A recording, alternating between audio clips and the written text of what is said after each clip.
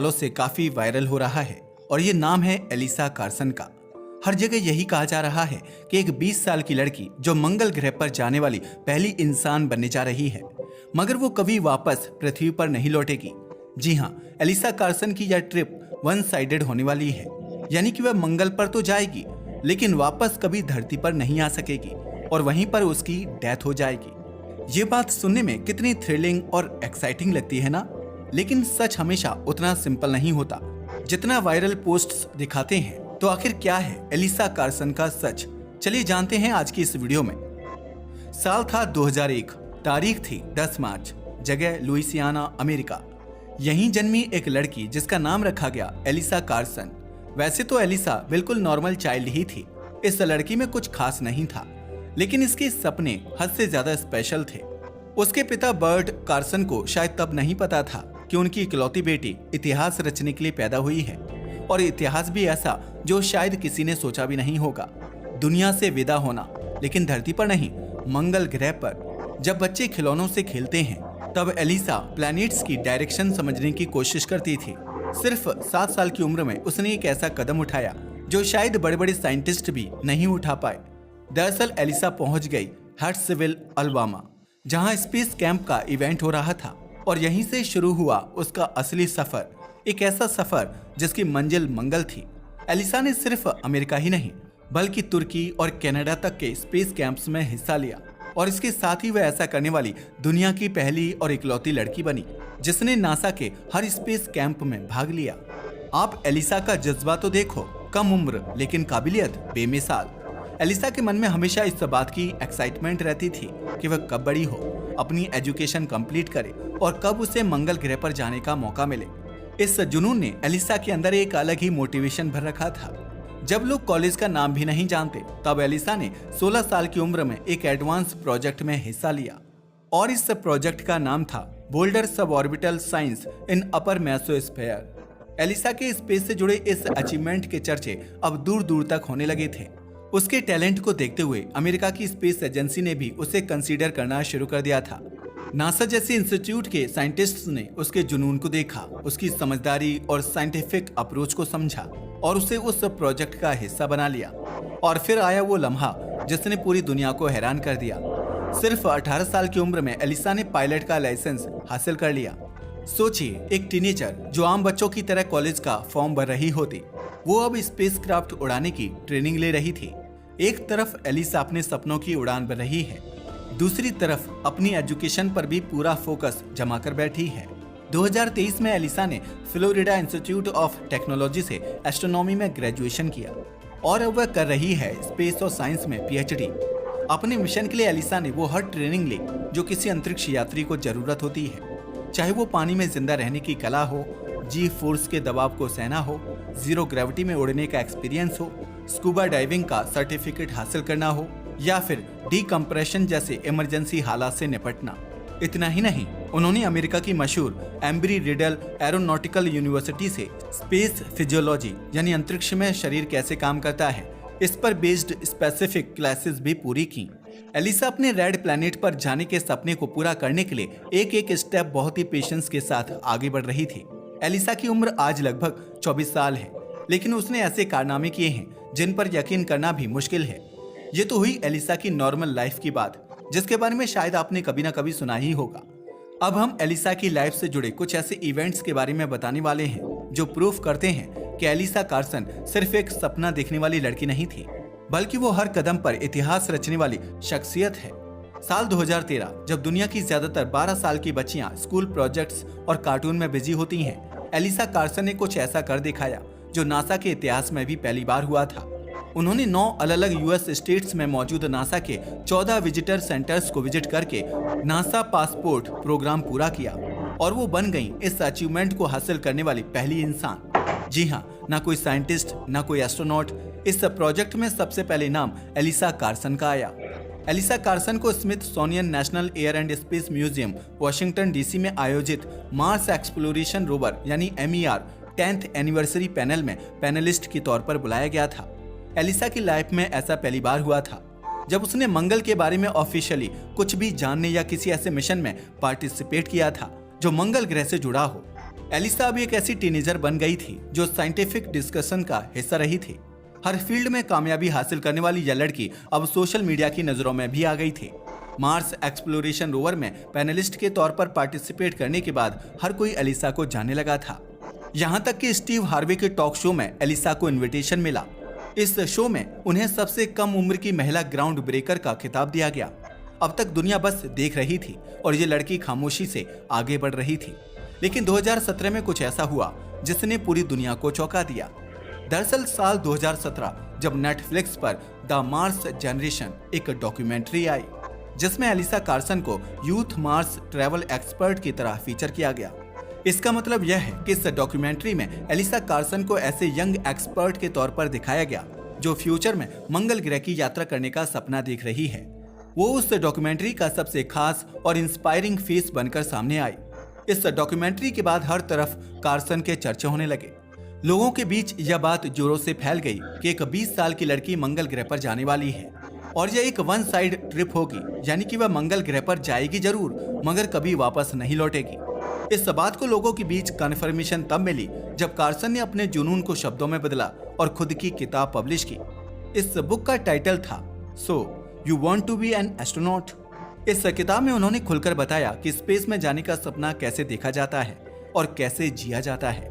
इतना ही नहीं, the independent जैसे इंटरनेशनल मीडिया प्लेटफॉर्म के लिए भी उन्होंने राइटिंग वर्क किया जिसमें उन्होंने स्पेस फ्लाइट्स के पीछे की तैयारी और सोच को डिटेल से समझाया। इसके बाद एलिसा कार्सन 2019 में बच्चों के popular show Ryan's mystery playdate के एक एपिसोड में नजर आई जहां उन्होंने अपने बचपन के उस मंगल मिशन कैसे एक सपना एक मिशन बन सकता है वाली सपने के बारे में बच्चों को बताया।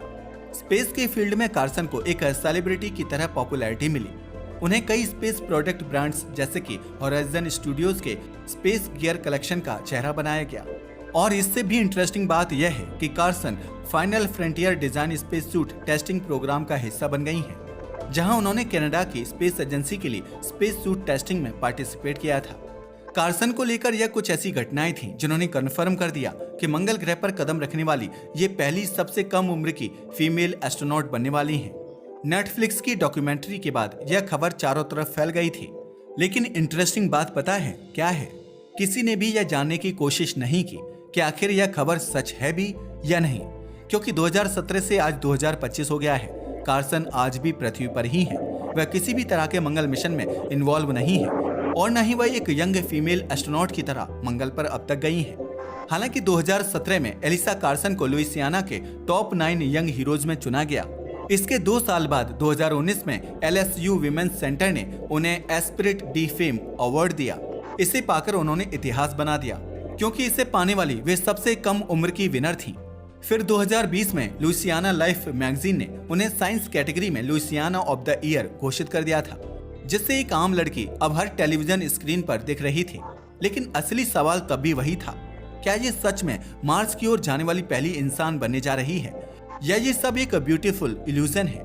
ऐसा इसलिए क्योंकि 2017 से पहले कार्सन के बारे में इतनी सारी खबर थी, तो फिर वह अभी तक मंगल ग्रह पर क्यों नहीं गई? आखिर इसके पीछे क्या वजह हो सकती है? क्या कार्सन को फीमेल एस्ट्रोनॉट के तौर पर सिलेक्ट नहीं किया गया है? कहीं उसके मंगल ग्रह पर जाने वाली खबर अब अफवाह तो नहीं? जी हाँ, यह कुछ ऐसे सवाल थे जो इस डॉक्यूमेंट्री के बाद उठे। लेकिन रियलिटी क्या है?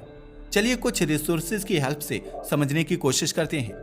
जब कार्सन वाली बात सोशल मीडिया के जरिए पूरी दुनिया में फैल गई तो इसकी जानकारी नासा को भी मिली। नासा यानी अमेरिकन स्पेस एजेंसी पूरी दुनिया में एक वेल रेपुटेड स्पेस एजेंसी है। आखिरकार कोई इसका नाम लेकर लोगों को पागल कैसे बना सकता है? यह बात नासा को बिल्कुल पसंद नहीं आई। तभी तो दुनिया भर की रिलायबल न्यूज एजेंसियों को इसके बारे में इन्वेस्टिगेशन करने के लिए कहा गया। राइटर्स, जो कि एक भरोसेमंद इंटरनेशनल न्यूज एजेंसी है, इसने इस पूरे दावे की जांच पड़ताल की और जो सच्चाई सामने आई उसने इंटरनेट पर उड़ती इस अफवाह की हवा निकाल दी। राइटर्स ने साफ कहा, एलिसा कार्सन को नासा के किसी भी मंगल मिशन के लिए अब तक नहीं चुना गया है। यह दावा पूरी तरह से एक अफवाह है जो सोशल मीडिया पर तेजी से फैलाई गई है। लेकिन सवाल यह है कि जब यह अफवाह है तो आखिर सच्चाई क्या है?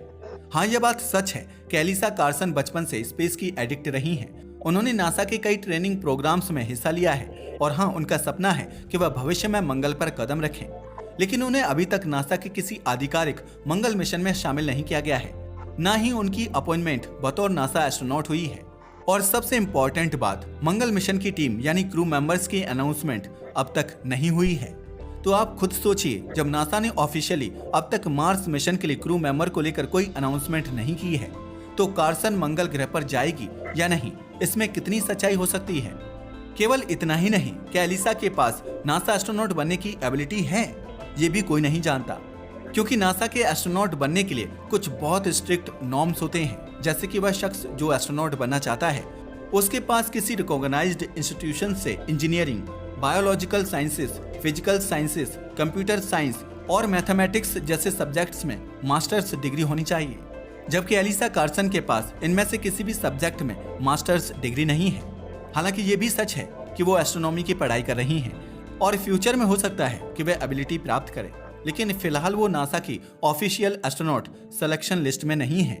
हालांकि ये बात भी सच है कि नासा का एस्ट्रोनॉट बनने के लिए उम्र की कोई लिमिट नहीं होती, लेकिन सिलेक्शन बहुत मुश्किल होता है, जिसका अंदाजा आप इस बात से लगा सकते हैं कि हर 2 साल में नासा को करीब 12,000 प्लस एप्लीकेशन मिलते हैं, जिनमें से केवल 10 से 12 लोग चुने जाते हैं। क्या? जी हाँ, आपने सही सुना। इसमें सिलेक्शन रेट होता है सिर्फ 0.1% के करीब, यानी यूपीएससी से भी ज्यादा टफ। वहीं अगर बात की जाए नासा के मार्स पर भेजे जाने वाले पहले क्रू मिशन की, तो ऐसी उम्मीद है कि ये 2030 के मिड में जा सकता है। असल में नासा का आर्टेमिस प्रोग्राम पहले चंद्रमा पर परमानेंट प्रेजेंस बनाने पर फोकस कर रहा है। मार्स मिशन उसके बाद की योजना है, यानी कि ये क्लियर हो चुका है कि कुछ सालों में कोई भी इंसान मार्स पर जाने वाला नहीं है, कम से कम अब तक की जानकारी के अनुसार नहीं। हमें पता है अब आपके जहन में भी सवाल उठ रहा होगा कि आखिर मार्स पर भेजे जाने वाला मिशन इतना डिले क्यों हो रहा है। क्या नासा के पास में ऐसी कोई टेक्नोलॉजी नहीं है, या फिर कोई ऐसी अड़चन है जो मार्स पर पहुंचने से नासा जैसी एजेंसी को भी रोक रही है। मार्स पर जाने वाले मिशन के लिए सबसे बड़ी बाधा है रेडिएशन। एक्चुअल में पृथ्वी की मैग्नेटिक फील्ड हमें कॉस्मिक रेडिएशन से बचाती है, लेकिन मंगल पर ऐसा कोई सुरक्षा कवच नहीं है।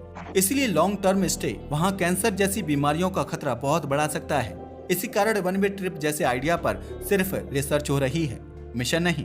तभी तो नासा हर एस्ट्रोनॉट से 2020 विजन, परफेक्ट फिजिकल हेल्थ और कई सर्वाइवल टेस्ट्स की डिमांड करता है। यही नहीं, इनफैक्ट किसी को मार्स भेजने से पहले उसे space walks, underwater training, isolation experiments और मानसिक स्थिरता के टेस्ट से गुजरना होता है, जिसमें अभी तक कार्सन को शामिल नहीं किया गया है। हालांकि एलिसा कार्सन ने पोसम एकेडमी से स्पेस फ्लाइट बेसिक्स की ट्रेनिंग ली है। स्पेस फ्लाइट बेसिक्स की बात करें तो ये एक प्राइवेट स्पेस एजुकेशन प्रोग्राम है जो रिसर्चर्स को सब ऑर्बिटल फ्लाइट सिमुलेशन सिखाता है। हालांकि यह नासा का हिस्सा नहीं है, लेकिन इससे कार्सन को पब्लिसिटी जरूर मिली है। वैसे एलोन मस्क की कंपनी स्पेसएक्स भी 2030 के बाद के लिए मार्स कॉलोनाइजेशन की बात करती है, लेकिन वहां भी कोई कंफर्म्ड क्रू नहीं है और कार्सन का स्पेसएक्स से कोई डायरेक्ट कनेक्शन नहीं है। अब जैसा कि कुछ लोगों ने दावा किया है कि कार्सन ने अपने एक्स और इंस्टाग्राम हैंडल में नासा को यूज किया है, मगर नासा का एलिसा से कोई फॉर्मल रिलेशन नहीं है। इसके अलावा यह भी क्लियर किया गया है कि नासा का एलिसा कार्सन के साथ इस समय कोई ऑफिशियल और फॉर्मल कॉन्टेक्ट नहीं है। वे ना तो नासा की एम्प्लॉई हैं और ना ही उन्हें किसी मिशन में शामिल किया गया है। जरा सोचिए, जब वर्ल्ड फेमस और रिलायबल न्यूज एजेंसी और साथ ही अमेरिकन स्पेस एजेंसी भी कार्सन को लेकर किए गए सब दावे रिजेक्ट कर रहे हैं कि वह किसी भी तरह से मार्स मिशन में इंक्लूड नहीं है और न ही वह मार्स पर जाएगी, तो फिर लोग क्यों मानते हैं कि वह मंगल पर जा रही है। असल में एलिसा कार्सन की कहानी इंस्पायरेशनल है। उन्होंने छोटी उम्र में जो ट्रेनिंग की वो काबिले तारीफ है।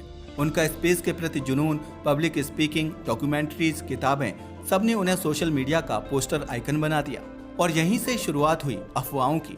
लोगों ने मान लिया कि वो मंगल मिशन का हिस्सा हैं और यह दावा बिना कंफर्मेशन के इंटरनेट पर फैल गया।